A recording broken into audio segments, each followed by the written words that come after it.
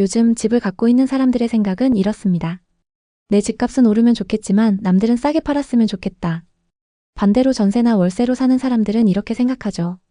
부동산은 거품이고 집값은 떨어지는 게 맞다. 각자의 상황은 다르지만 집값이 너무 높다는 건 모두가 느끼고 있는 현실인 것 같습니다.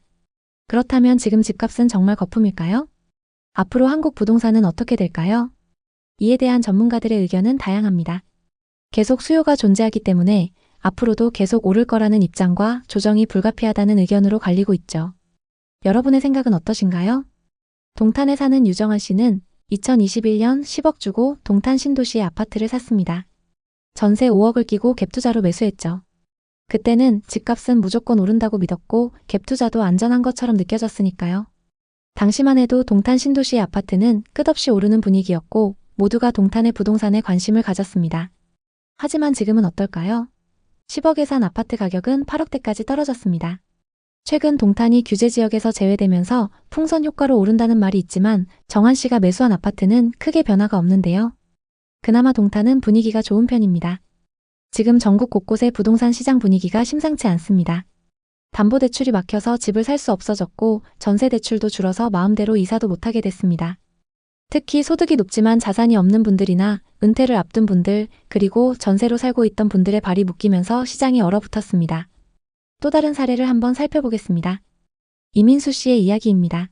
2020년이었습니다. 그때 부동산 시장은 하루가 다르게 오르고 있었죠. 민수 씨도 뒤처질 수 없다는 생각에 덜컥 투자에 뛰어들었습니다. 당시 일기 신도시 재건축 투자가 유행했는데요.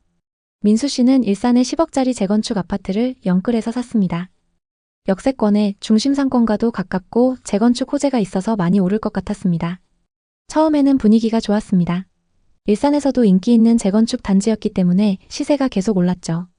그런데 금리가 올라가면서 아파트 가격이 급락하기 시작했습니다. 7억대까지 떨어진 후 거래도 멈춰버렸죠.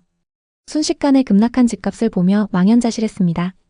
민수 씨는 버티면 오를 거라고 생각하며 지금까지 버텼습니다. 최근 동일평형이 거래됐는데요. 거래 금액은 7억 5천만 원이었습니다. 아직도 2억 5천만 원 손해 중이죠. 현재 전국적으로 민수 씨와 비슷한 상황에 처한 분들이 많습니다.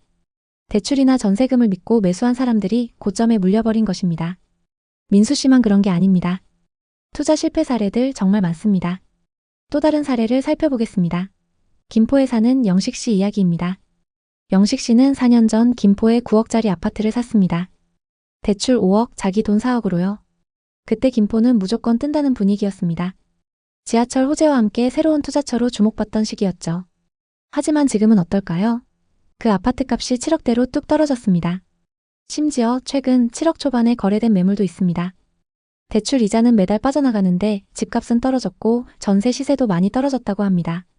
이분처럼 고가 아파트에 대출 끼고 들어간 사람들이 고금리와 거래량 감소로 고통받고 있습니다. 특히 최근 여러 번의 규제 이후 서울 수도권의 아파트 거래량이 급격히 줄었습니다. 게다가 10월 15일 규제 지역이 확대되면서 매매가 거의 끊겼죠.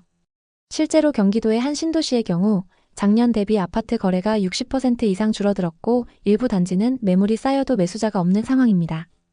다음 사례는 상업용 부동산입니다. 용산의 작은 건물을 매수한 조연아 씨. 26억에 샀는데 대출이 70%였어요. 원래는 임차인들이 꽉 차 있어서 월세 수익이 괜찮았지만 코로나 이후로 임차인들이 줄줄이 나가면서 공실률이 50%까지 치솟았습니다. 월세 수익은 반토막인데 이자는 그대로 나가니까 매달 적자만 쌓이고 있습니다. 결국 빌딩을 급매로 내놨지만 2년째 매수자가 없습니다. 차라리 손해보고라도 팔까라며 후회하고 있습니다. 이분은 고소득 사업가인데도 현금 흐름이 막히면서 버티기 힘들어졌습니다. 비슷하게 김소정 씨는 수원 망포역 인근에 20억짜리 상가 건물을 샀습니다. 대출 15억을 끌어다 썼는데 공실률이 30%가 넘어가면서 월세가 이자를 못 따라가고 있습니다. 김소정 씨는 이렇게 말했습니다. 임차인 구하기가 하늘의 별 따기네요. 자영업자들이 다 힘들어하니 건물이 그냥 빈 껍데기예요 라고 하소연했습니다. 이런 사례들을 보면 공통점이 있습니다. 다들 부동산은 무조건 오른다는 믿음으로 대출을 많이 끌어다 썼고 시장이 변하면서 그 부담을 감당하지 못하고 있는 것입니다. 특히 상업용 부동산은 공실률 때문에 더 치명적입니다. 아파트는 그래도 주거용이라 임차인을 구할 가능성이 있지만 상업용은 임차인 구하기가 정말 어렵습니다. 앞으로는 이런 실패 스토리가 더 늘어날 수밖에 없습니다. 특히 입지가 조금 떨어지는 상업용 부동산의 경우 공실률이 60%를 넘는 곳도 많아서 투자자들의 부담이 커지고 있습니다. 지금 왜 이렇게 줄줄이 무너지고 있는 걸까요? 여러 이유가 얽혀 있지만 가장 큰 건 대출 규제와 고금리 기조입니다. 정부가 대출을 제한하면서 고가 아파트나 빌딩을 사려는 수요가 확 줄었습니다. 예전에는 20억짜리 집 사면서 10억 넘게 대출받는 게 가능했지만 지금은 그게 안 되니까요. 게다가 금리가 낮아지지 않아서 이자 부담이 큰 상황입니다. 예를 들어 15억 대출받아서 연 3% 금리면 연간 이자가 4,500만 원입니다. 하지만 금리가 5%로 오르면 1년에 이자만 7,500만 원으로 뛰는 겁니다. 이걸 매달 나눠서 낸다고 해도 감당하기 쉽지 않습니다. 시장에 매물이 많아야 거래가 활성화되는데 지금은 다들 집값 더 오를 거야 라는 기대감에 집을 안 내놓고 있습니다. 하지만 정작 매수자는 없습니다. 왜냐하면 대출이 막혔고 금리 부담 때문에 선뜻 나서는 사람이 없으니까요. 그래서 거래가 멈춘 상태에서 집주인들만 이자 부담에 허덕이고 있는 것입니다. 특히 상업용 부동산은 공실률이 치명적입니다. 예전에는 역세권 건물이면 임차인 걱정 없었지만 지금은 자영업자들이 힘들어지면서 임차인 구하기가 어려워졌습니다. 공실률이 30에서 50%까지 치솟은 빌딩도 많습니다. 월세 수익이 없는데 이자는 꼬박꼬박 나가니까 집주인들 입장에서는 악몽 같은 상황입니다. 거기에 세금 부담도 무시 못합니다. 최근 보유세 이야기가 많이 나오고 있습니다. 정부가 보유세를 올리면 고가 아파트나 빌딩 보유자들 부담이 더 커질 것입니다. 예를 들어 30억짜리 아파트의 보유세율이 1.5%만 돼도 연간 4,500만 원을 세금으로 내야 합니다. 이걸 이자랑 같이 감당하려면 정말 소득이 탄탄하지 않으면 불가능합니다. 이런 요인들이 겹치면서 대출 레버리지를 활용했던 사람들이 가장 먼저 무너지고 있습니다. 건물을 산 분들은 공실률과 거래량 감소로 이중고를 겪고 아파트를 산 분들은 가격 조정과 매수자 부재로 버티기 힘들어합니다. 결국 시장이 공급 부족과 수요 위축으로 불안정해진 것입니다. 이런 시장에서 우리는 무엇을 해야 할까요? 우선 무리한 대출은 절대 금물입니다. 부동산은 레버리지를 활용하면 수익이 커질 수 있지만 반대로 리스크도 엄청 큽니다. 10억을 훌쩍 넘는 대출 끼고 부동산을 샀을 때 그 이자 부담은 엄청납니다. 대출은 본인 소득으로 감당할 수 있는 수준에서만 해야 합니다. 또 단기 시세 차익을 노린 매매는 위험하다고 봅니다. 부동산은 주식처럼 단기 차익을 노리기 어려운 자산입니다. 사고 팔 때 거래 비용, 세금 다 고려하면 단타로 큰돈 벌기 어렵습니다. 특히 지금처럼 거래가 멈춘 시장에서는 더더욱 그렇습니다. 장기적인 관점으로 접근해야 합니다. 시장 흐름을 읽어야 한다는 것도 중요합니다. 부동산 시장은 정부 정책, 금리, 경제 상황에 따라 급변합니다. 예를 들어 지금은 금리가 오르고 대출 규제가 강해진 상황이니까 무리한 투자는 피해야 합니다. 반대로 시장이 안정화되고 저렴한 매물이 늘어나면 그때 기회를 노려보는 게 좋습니다. 그리고 현금 흐름을 확보하는 게 핵심입니다.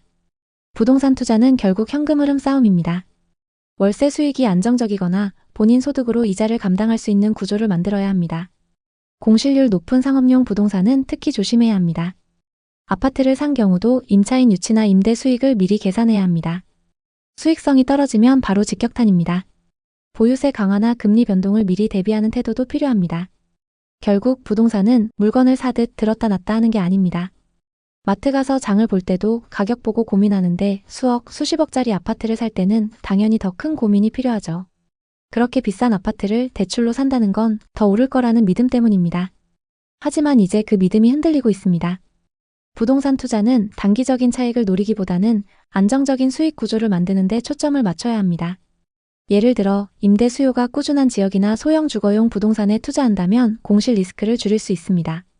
마지막으로 앞으로 부동산 시장이 어떻게 될지 예측해 보겠습니다. 지금이 부동산 시장의 전환점이라고 봅니다.